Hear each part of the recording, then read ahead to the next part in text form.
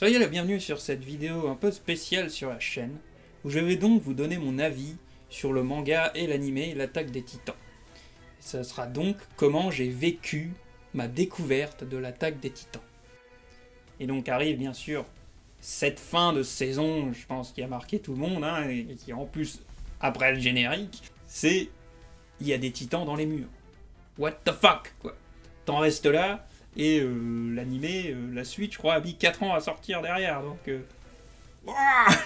bien sûr, t'as envie de savoir la suite. Et arrive donc le tout premier volume que j'ai lu finalement de l'Attaque des Titans, le volume 9, où arrive donc le fameux titan bestial, et où il y aura finalement la scène qui, je pense, m'a le plus marqué niveau peur, niveau traumatisme.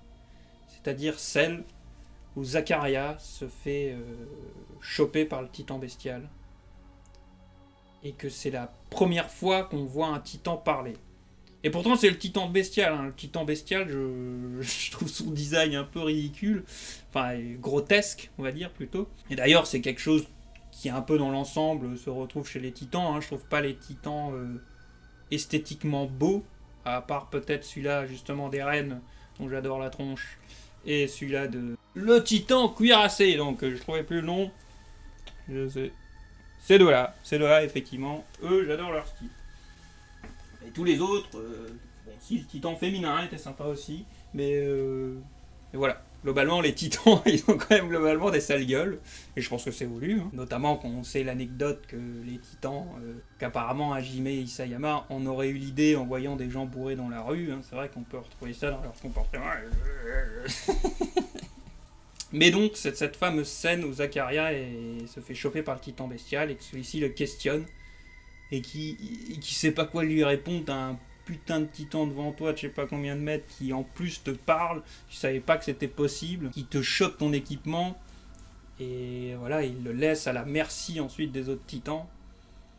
Et là aussi, on a... Alors qu'il regagne espoir de oui... il ressort la phrase qu'il a sortie à je sais plus qui juste avant, hein, de tant qu'on perdra pas espoir, tant qu'il y aura quelqu'un pour se battre, l'humanité sera pas perdue. Et lui justement est en train de perdre espoir face à cette scène.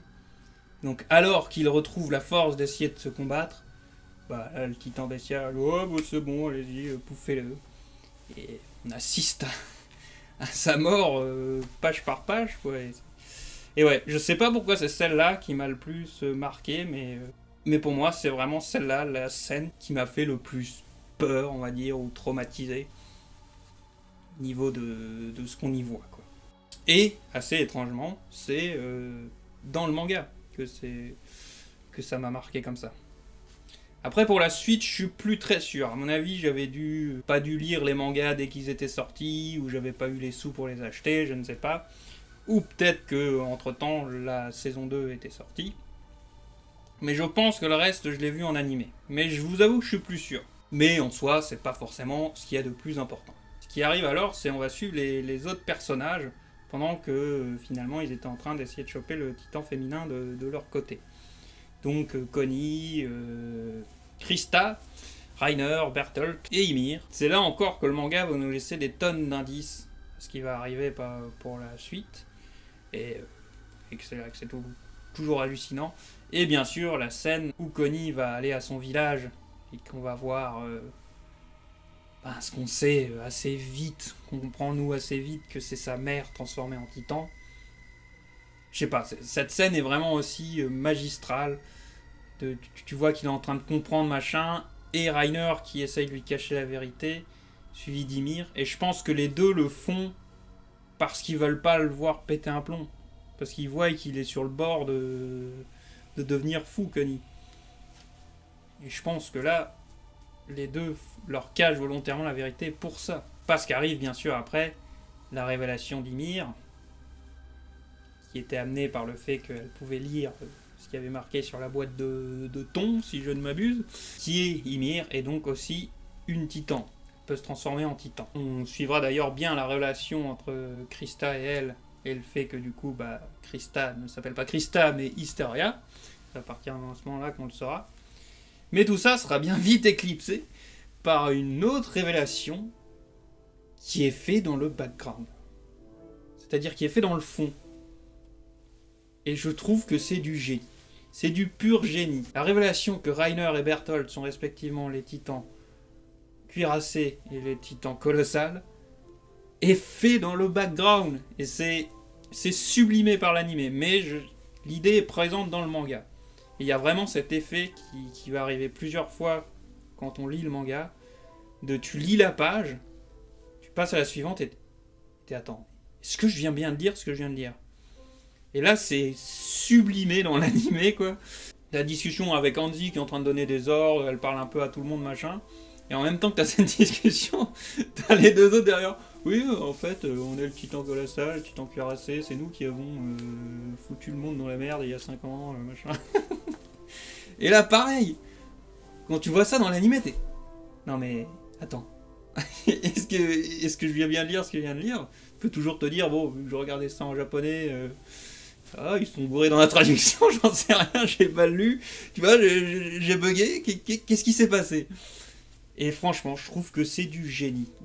Justement, souvent, on peut reprocher au manga, c'est le style aussi, hein, mais par exemple, de faire des caisses pour ce genre de révélation ou ce genre de truc dans un manga. Tu vois, en fait, c'était moi le méchant depuis tout le long. Souvent, on va te mettre ça en scène de ouf.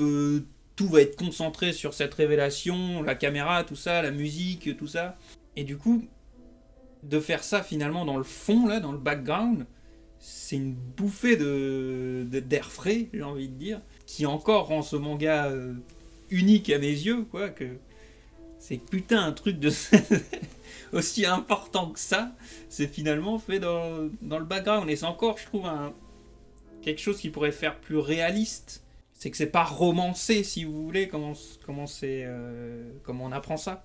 Et donc voilà, pour moi, c'est juste du pur génie d'avoir fait ça. C'est génial. Bon, attendez, petite pause. Il est temps d'enlever cette magnifique cape, parce que j'ai chaud. D'ailleurs, je vais préciser que je suis pas forcément habitué à faire un format comme ça de vidéo où j'ai pas vraiment de texte, où j'ai juste quelques notes et j'essaye de vous dire ce que je pense de tout ça. Ce qui arrive ensuite est la capture d'Eren par Reiner et Bertholdt et la fameuse discussion qu'ils vont avoir, et Ymir aussi aura été capturé dans le tas d'ailleurs. Et donc arrive cette fameuse discussion. On apprend que en fait Reiner, il a carrément développé un dédoublement de personnalité pour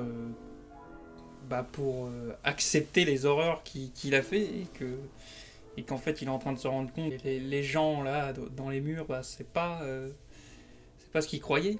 J'ai trouvé ça aussi que cette révélation est intelligente. Je sais pas si c'est le bon mot exactement, mais voilà, qu'on ait carrément pensé à faire un personnage qui finalement nous a trompés, mais nous a trompés en se trompant lui-même à force, et qu'on commence à voir justement des rapprochements avec la mort de Marco, que oui, j'avais pas précisé, il était mort, alors qu'elle est super importante cette mort, notamment pour l'évolution du personnage de Jean.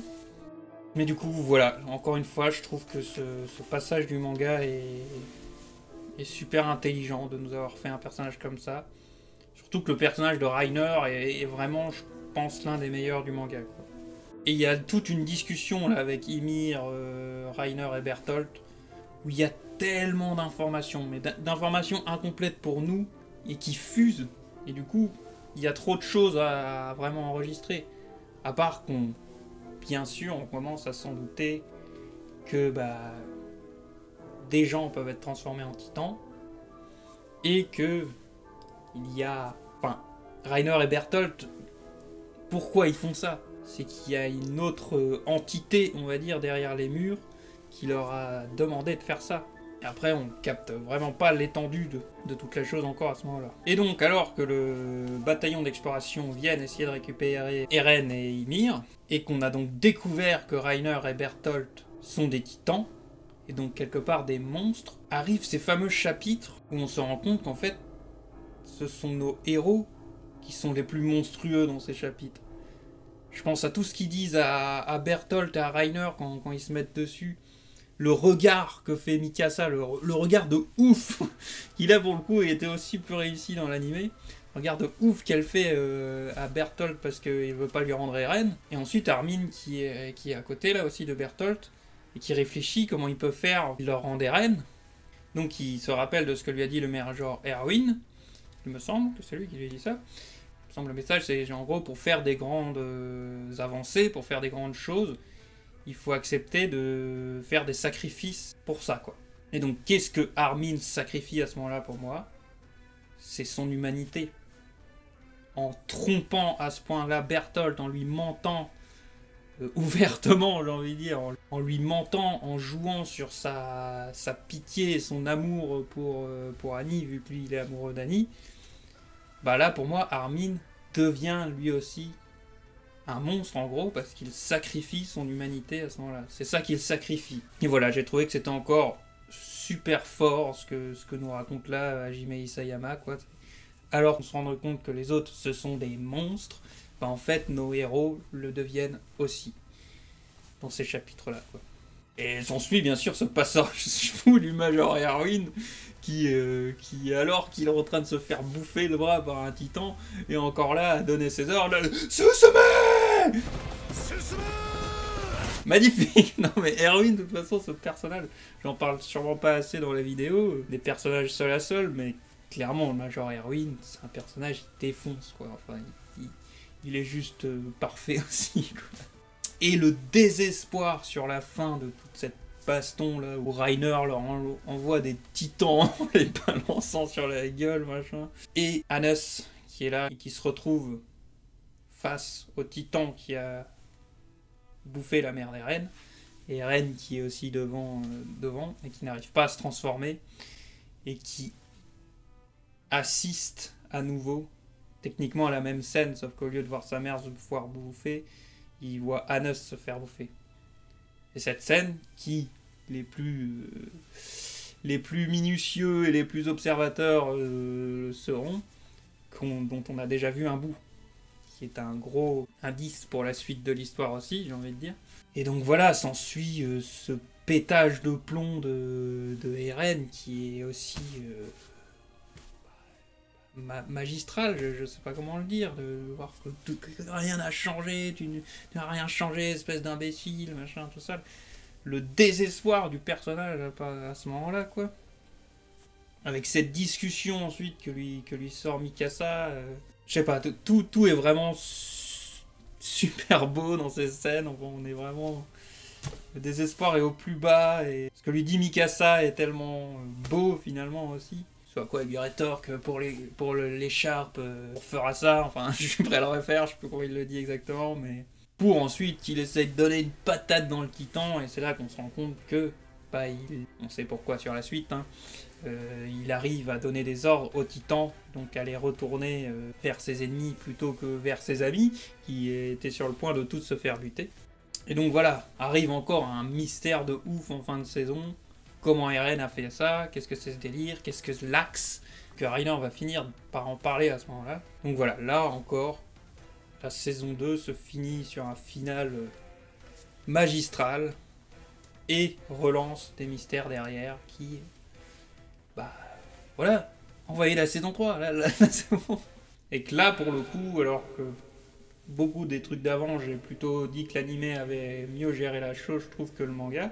Là, je trouve que c'est le contraire.